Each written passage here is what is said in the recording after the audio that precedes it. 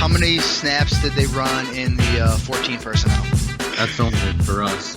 100% of the snaps.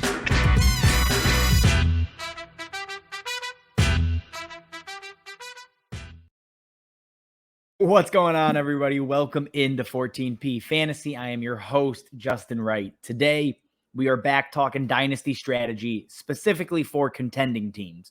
You know, what type of moves should you make if you are a legitimate contender, whether that's in the offseason, whether it's midseason, playoffs, whatever it might be. What should you do, if you're, again, one of those legitimate contending teams? And that's most likely, in the majority of Dynasty leagues, there's probably 4 or 5 teams. I'm not talking your fringe playoff teams or teams that are, finishing a rebuild and, looking to compete soon. I am talking your full-fledged, your super teams. Every Dynasty league has them. That's what we're talking today. Before we get into it, though, remember, subscribe to the YouTube channel, guys. Drop questions, comments, all that kind of good stuff. Drop it below. We'll get to it. Also, we are announcing we are going to be releasing a Patreon page here shortly with rookie rankings, dynasty rankings, rookie tiers, dynasty tiers, and then also, obviously, when we get back to redraft season, we'll have preseason rankings, in-season rankings, all that kind of stuff, some fun mock draft links, listener league info, all that kind of good stuff. So keep an eye out for that. That should be dropping soon when Marco makes his return to 14P here shortly. All right, let's get into it. First tip on the list, and this is an obvious one, but there's nuance to it. Target veterans for your contending teams. This can mean a number of things. A guy that I was looking to acquire on several contending rosters, Diontae Johnson. He is technically a veteran player. Obviously, we know what he is. We know there's not a lot of ambiguity in Diontae Johnson's value. At least there shouldn't have been. I was personally high on him.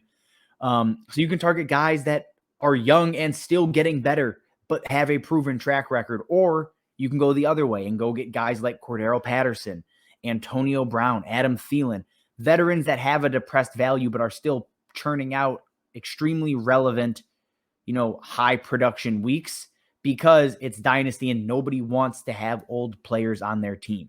So there is nuance to it. You can go and trade for veterans, put it in quotes, in the middle of their career, but you're going to have to pay up. Or you can go the easy route, and this is where it gets tricky. I'm not going to overpay for a guy like Adam Thielen, although he is a wide receiver 1 or, back end wide receiver 2, whatever you want to say it, he is. There is still that age cliff there. So I'm not going to overpay for someone like him. And that's where targeting the right types of veterans is tricky. If it's a rental, don't overpay. If it's a guy like Diontae Johnson or a Chris Godwin, a Mike Evans, players with several years ahead of them, it's worth paying up a little bit extra. So you have to be smart in who you're targeting and who you're acquiring, and depending on what type of roster you currently have. Moving on to the second piece here, and this is where, you can hurt yourself if you do this incorrectly. Trade those late round draft picks for immediate help veterans. Specifically, I traded 2 third-round picks and Pat Freiermuth last week, because of COVID, for Antonio Brown and Cordero Patterson. That's where I'm giving up late draft picks knowing I'm getting 2 guys that are going to be productive. Cordero Patterson wasn't, unfortunately, but should be productive to close out the season. You're going into it knowing you're getting rental players, and that's okay because the cost matches what you're getting back.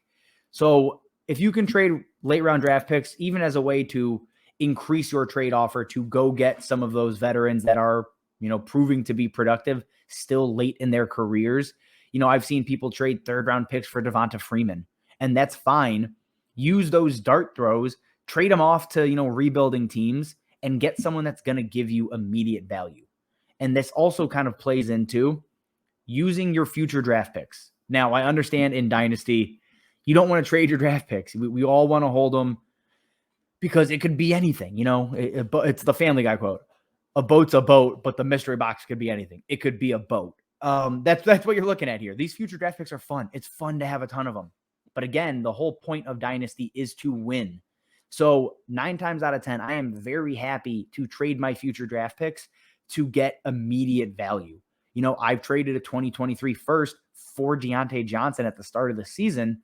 And to me, that's a good trade because not only is Deontay Johnson a proven talent, he has, several years ahead of him. He's going to improve. He did improve this season. So those are the type of things where if I'm trading high future draft picks, first rounders specifically, I'm getting players with long-term value. I'm not trading those type of picks for Antonio Brown or Adam Thielen, guys that could in a year or two just not be in the league. So to me, that's where you need to be smart with trading future draft picks, but don't be scared to move them for someone that's going to contribute. Again, the point is to win your dynasty leagues.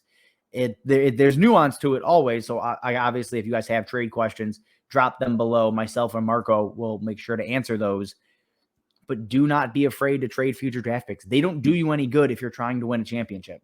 I mean, it'll prolong that window potentially if you hit on a draft pick.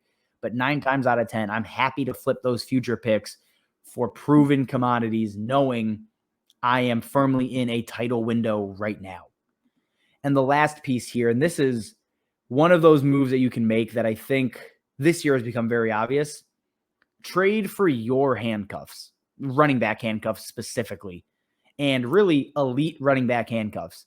We're talking guys like Alexander Madison, Tony Pollard, and whoever else is out there. Those are just the 2 that come to mind here. Because running backs go down like crazy. The more handcuffs you have on your roster, the more likely you are to luck into, again, starting running backs, as well as just playable weeks when you're trying to navigate a season to make sure you're not getting bounced out of playoff contention on some fluke, BS injury kind of luck. So this week, especially with COVID, it's probably still going to be around next season. So depth is very, very important, specifically running back depth. Because again, guys go down all the time. Trade for those elite handcuffs. So when you do lose players, again, the waiver wire is pretty bare. You need to have options available. So if you have your own handcuffs, you're not crippled. And ideally, you're going to trade for your handcuffs before the injury. You don't want to be trading for Alexander Madison when it's announced that Dalvin Cook is out. You want to have him on your roster, weeks, months in advance, and you're not paying a premium then. So if you're running back, if that handcuff has elevated in value because of an injury, I'm not trying to acquire them because I'm not going to overpay for a potentially, hopefully a 1 or 2 week rental based on the injury. So that's where you have to be smart about getting these handcuffs ahead, mainly in the offseason, ahead of, any kind of injury luck or, where they get thrust into that immediate bump in value. All right, guys, that is it. Just 4 quick tips for you. If you have other questions, drop them below. Like I said, we'll answer them. Subscribe to the YouTube channel. Obviously, you're here watching. Help us on our next goal to 2,000 subscribers. Oh, that's far. Also, remember, the Patreon is coming out here soon. There'll be a video with everything you can get on that coming out shortly. So keep an eye out for that, guys. Thanks for supporting us, and we will see you next time. How many snaps did they run in the 14 personnel? That's only for us. 100% of the snaps.